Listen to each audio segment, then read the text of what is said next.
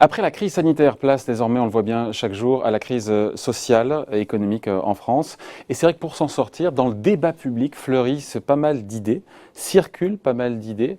Parfois, certaines sont en apparence intéressantes, mais plutôt fausses, va nous dire Le Point. Bonjour Marc. Bonjour David. Marc Vigneault, journaliste au Point cette semaine. On va voir la couverture d'ailleurs. Vous passez en revue les nombreuses solutions miracles qui sont brandies, censées nous faire sortir de la crise par le haut. En apparence, quand je vous ai lu, on va les reprendre une par une, mais en gros, en apparence, voilà, c'est séduisant, mais vous n'êtes pas convaincu. Oui, c'est les solutions un peu faciles. Alors, est-ce qu'elles sont fausses? On n'en sait rien, mais en tout cas, on les relativise ou on montre que ce n'est pas forcément si facile que l'évidence qu'elle pourrait laisser penser. Ouais, on a souvent Philippe Martinez qui vient nous voir, le secrétaire général de la CGT, qui nous dit il faut baisser le temps de travail, c'est une rengaine s'il le sort depuis longtemps. Ça, il faut réduire le temps de travail sans baisse de salaire, évidemment. Revendication donc longue de la CGT. Pourquoi c'est une fausse bonne idée pour vous ? On explique que la réduction du temps de travail, c'est un mouvement historique. Effectivement, on voit au cours du temps, le temps de travail s'est réduit, mais décider dans une période où les gains de productivité sont très faibles, qu'on va à nouveau baisser le temps de travail à une époque où les entreprises vont avoir des problèmes sur leur productivité, puisqu'il y a des règles de distanciation sociale à respecter, etc. Faire une mesure générale de baisse du temps de travail pour toutes les entreprises, ça peut en mettre des tas en difficulté. Évidemment. On a vu des boîtes dans l'actualité, une, je ne sais plus son nom, vous la citez dans votre article, oui. Qui est dans l'informatique. Oui, c'est une boîte de distribution de matériel informatique. Le et patron a décidé à 4 jours, ben voilà, ça marche. En disant qu'il n'augmentera pas le temps de travail sur les autres jours de la semaine, donc il passe à 32 heures. Mais lui, s'il pense que c'est un compromis possible compte tenu de la productivité de ses salariés, compte tenu des ventes qu'il fait, parce que dans les matériels informatiques en ce moment, il y a quand même c'est une grosse activité, ça marche très très bien. S'il pense que ça va rendre tout le monde plus heureux et les salariés plus productifs, tant mieux. Et à la limite, c'est une très bonne logique de voir dans l'entreprise si c'est possible. Et si donc c'est au coup par coup et pas la toise pour tout le monde, exactement. Et il y a des entreprises qui, au contraire, auront besoin d'augmenter un petit peu leur temps de travail pour servir les commandes pendant une période, etc. Évidemment, c'est toujours mieux si on peut embaucher plus.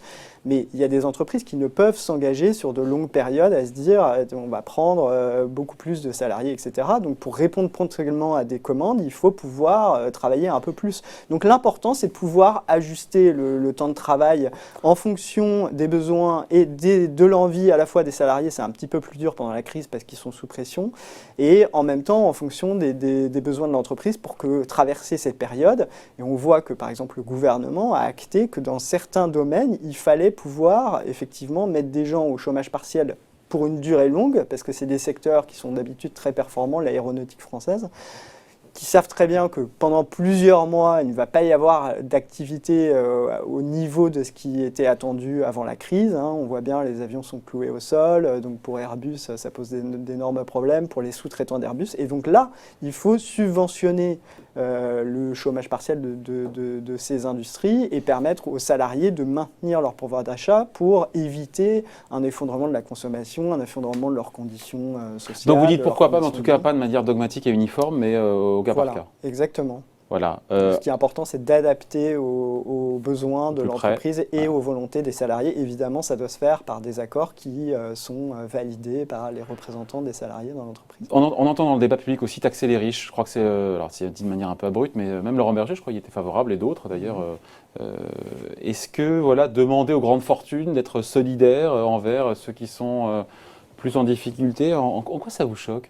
Alors, c'est pas que ça nous choque, c'est que, évidemment, ça peut paraître une solution. On se dit toujours, il y a plus riches que nous, il faut prendre aux riches. Le problème, c'est que ça peut éventuellement avoir un effet psychologique sur le reste de l'économie en disant, si on ouvre la boîte de Pandore des impôts, on va commencer à augmenter les impôts pour tout le monde. Donc, ça peut déclencher de l'épargne de précaution. Il y a ces gens-là, malheureusement, ils sont mobiles. Il y a une capacité de partir, d'installer des activités ailleurs qui est très facile.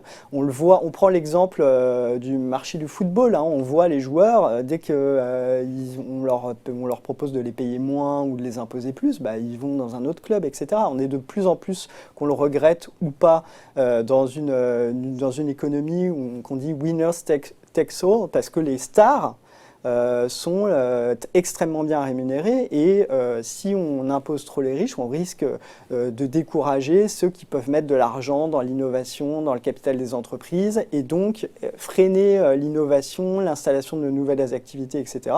C'est pas du tout la théorie du ruissellement. Il ne s'agit pas du tout de dire que quand un riche est plus riche, il va plus consommer ou faire plus marcher l'économie. Non, c'est de constater que l'ISF, par exemple, pendant des années, les droits de succession et l'ISF, un système complexe, a un peu étouffé les entreprises de taille intermédiaire familiale dans les territoires parce qu'il y avait des sujets de partage des successions, il y avait l'outil de travail qui était exonéré, mais par contre ceux qui n'étaient pas dans la direction de l'entreprise, eux, ils étaient taxés à l'ISF, ils voulaient partir, ils voulaient vendre leur part. Donc il y a des ETI comme ça qui sont passés silencieusement aux mains d'entreprises étrangères. Et donc revenir sur l'ISF alors qu'on l'a à peine supprimé, en tout cas pour la partie non immobilière, alors qu'on ne sait pas quel est l'effet qui va être... voilà, pour tout ça, pour une recette de 3 milliards d'euros qui est extrêmement faible par rapport aux besoins qu'on aurait pour faire face à la crise, je ne suis pas sûr que les va-et-vient de politique économique soient très bons à expérimenter dans ce genre de période. On a essayé une ligne, il faut au moins essayer de voir sur quelques années si ça marche ou si ça ne marche pas. Si ça ne marche pas, eh ben, il faudra remettre l'imposition telle qu'elle existait avant. On parle des besoins, effectivement, on le voit bien, de dépenses publiques un peu partout. Il y a la BCE qui était là justement pour prêter, qui a fait tourner la planche à billets, on en parle régulièrement ici. On entend cette idée d'annuler les dettes publiques françaises détenues pour le coup par la BCE. C'est pas impossible techniquement. Alors, pourquoi ça voilà, ne plaît pas ? on a enchaîné ce genre d'idées, donc taxer plus les riches, annuler les dettes, etc. Parce que l'idée, c'est de montrer qu'il n'y a pas de solution de facilité. Il n'y aura pas la recette miracle qui va permettre de sortir l'économie de l'ornière en tapant juste sur une frange marginale de la population. Le riche, c'est toujours celui qui gagne un petit peu au-dessus de moi. On sait que les politiques ont mis à différentes échelles la richesse à différents moments. Hein. On se souvient de François Hollande qui avait dit à partir de 4 000 euros de revenus, on est riche. Oui. Donc l'idée, c'est de dire que annuler les dettes, c'est pas si simple. Sinon, on l'aurait fait depuis longtemps si on ne pouvait ne pas rembourser les créanciers. Alors l'idée qui circule le plus, c'est d'annuler les dettes qui ont été rachetées par la Banque Centrale Européenne, qui sont dans ces comptes. Et ceux qui sont les défenseurs de cette mesure disent, bah, écoutez, ça pose aucun problème. Une banque centrale peut opérer avec des fonds propres négatifs. Donc on annule les dettes et puis on peut recommencer à s'endetter. On était à 100% ou 120% là, à la fin de l'année. Et on va repasser à 80, voire à 60% en fonction du volume de dette. Et donc, on pourra recommencer à s'endetter et donc on évitera la rigueur dont tout le monde pense que ça serait une erreur de baisser fortement les dépenses publiques et d'augmenter les impôts aujourd'hui. Alors, le petit problème, c'est que ça inciterait les taux à rester bas pendant extrêmement longtemps et qu'on a fait une union monétaire avec les Allemands, qui est une population vieillissante et qui, eux, ont besoin d'une rémunération de l'épargne. Donc si on veut faire exploser la zone euro, il n'y a pas mieux que de mettre ce genre d'idée sur la table, d'autant qu'il y a un énorme problème d'aléa moral, c'est-à-dire que si un gouvernement sait que dès qu'il a une crise, un problème, on lui dit, bah, attendez, la Banque centrale va racheter vos dettes, va faire baisser les taux. C'est une dette légitime, c'est lié à une pandémie, bien sûr, il y a eu des mais morts. On va racheter la dette des États et puis on va l'annuler. Bah, qu'est-ce que fera l'État, quelles que soient les circonstances ? Il va ouvrir grand les vannes de la dépense publique sur tous les domaines. On voit bien le nombre de domaines sur lesquels il y a des besoins aujourd'hui. Il va ouvrir les vannes et puis il dit bah, de toute façon, dans quelques années, on m'annulera ma dette et ça reviendra constamment. Et c'est là que vient le risque de perte de confiance dans la monnaie. Et ce n'est pas nous qui le disons, hein. Ce sont des économistes qui ne sont pas spécialement réputés pour être des ultra-libéraux. C'est des économistes de l'OFCE qui expliquent qu'il n'y a pas... Si on pouvait créer de l'argent ex nihilo sans arrêt à partir de rien et que ça résolvait tous les problèmes et que ça permettait de développer le monde sans problème, eh ben, on l'aurait fait depuis longtemps, ça se saurait. Donc il y a bien une limite à cette création à partir de rien de monnaie et cette limite, c'est la croyance qu'on peut utiliser du papier ou des écritures dans un système électronique pour dire bah, j'achète un bien et en échange vous avez confiance que ce que je vous donne qui est un papier ou qui est une écriture va vous permettre à vous aussi d'acheter dans le futur des biens. Voilà. Ah, il y a un dernier sujet.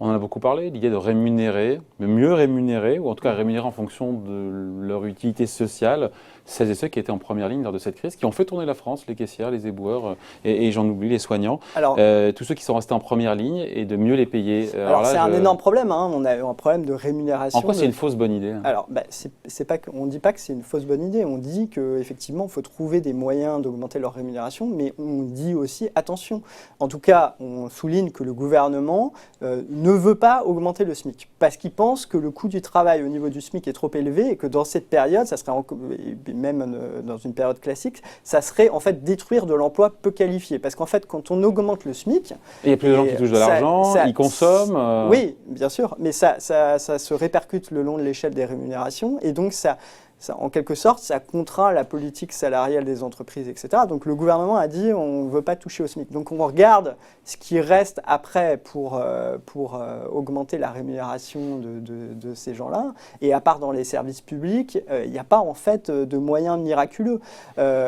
Et au surplus, par exemple, les caissières, on aimerait tous qu'elles soient mieux rémunérées, mais dans le cadre d'une économie de marché aujourd'hui, par le biais des salaires, ça paraît compliqué. Si on dit demain, les caissières vont être beaucoup mieux rémunérées parce qu'on considère qu'elles ont une utilité sociale très importante, ce qui est le cas.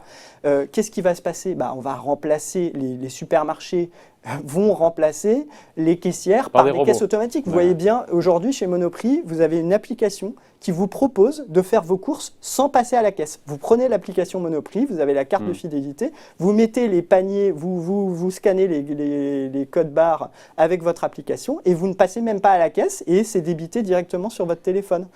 Donc, il y a ce genre de risque. Alors le gouvernement, en tout cas, explore des voies alternatives et c'est là que c'est un peu compliqué parce qu'il se dit comment mieux partager la valeur entre les salariés, entre ces gens-là, entre les salariés qui gagnent, qui sont mal rémunérés et l'entreprise. Et donc là, c'est une discussion sur comment on répartit le partage du profit et donc comment on fait. Alors évidemment, qu'est-ce qui ressort du chapeau à chaque fois?